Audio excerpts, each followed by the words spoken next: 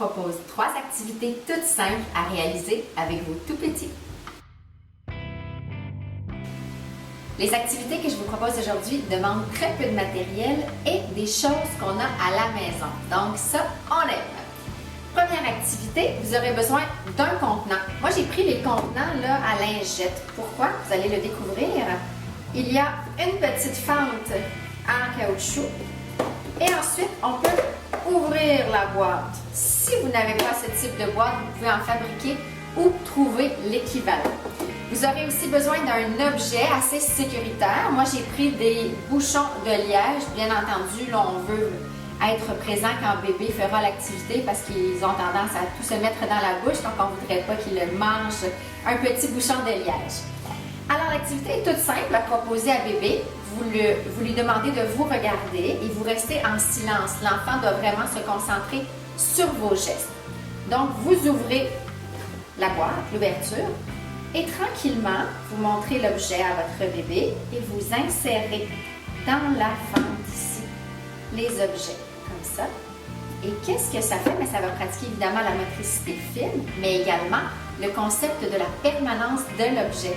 Ça, c'est le concept en psychologie qui fait en sorte que l'enfant va comprendre que même s'il ne voit pas l'objet, l'objet existe toujours. Pourquoi? Parce que, tadam, magie, vous ouvrez la boîte et l'objet est encore là. Alors, ça paraît tout simple, mais pour bébé, ça va développer une multitude d'aspects et vous pourrez avoir une belle activité à faire avec lui.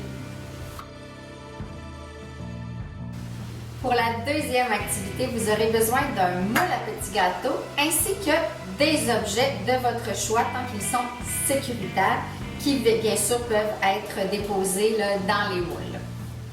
Encore une fois, on demeure silencieux quand on montre à bébé comment faire l'activité.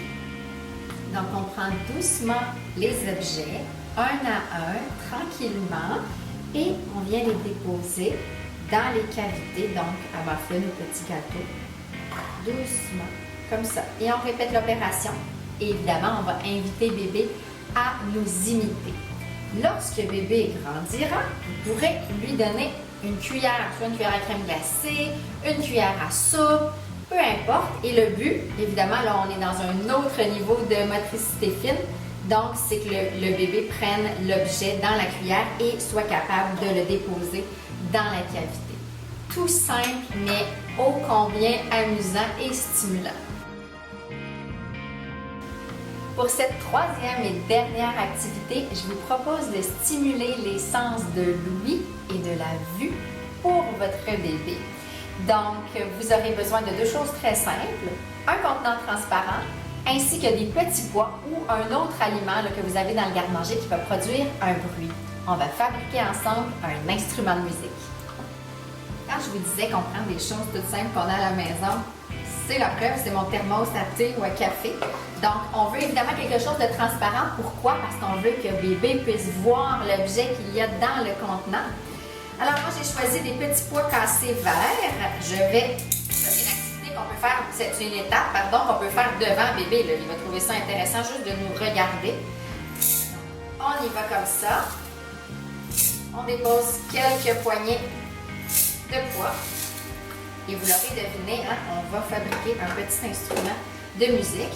Assurez-vous que votre contenant se referme et que bébé ne pourra pas l'ouvrir parce que j'ai vécu l'expérience et du riz partout dans le salon, c'est pas très agréable. Donc, effectivement, du riz, hein, ça aurait pu être du riz, ça peut être des haricots rouges séchés, on peut varier les textures, mais moi, ce que je préfère, c'est vraiment faire plusieurs contenants parce qu'on veut que bébé se concentre sur une couleur et un bruit à la fois. Alors, vous voyez, si j'agite le contenant, alors oui, ça fait du bruit, je vous l'accorde, mais croyez-moi, c'est beaucoup moins fatigant d'entendre ça qu'un petit chien en plastique qui produit la même chanson à répétition. Voilà, j'espère que ces idées vous ont plu et surtout que vous passerez d'agréables moments avec vos tout-petits.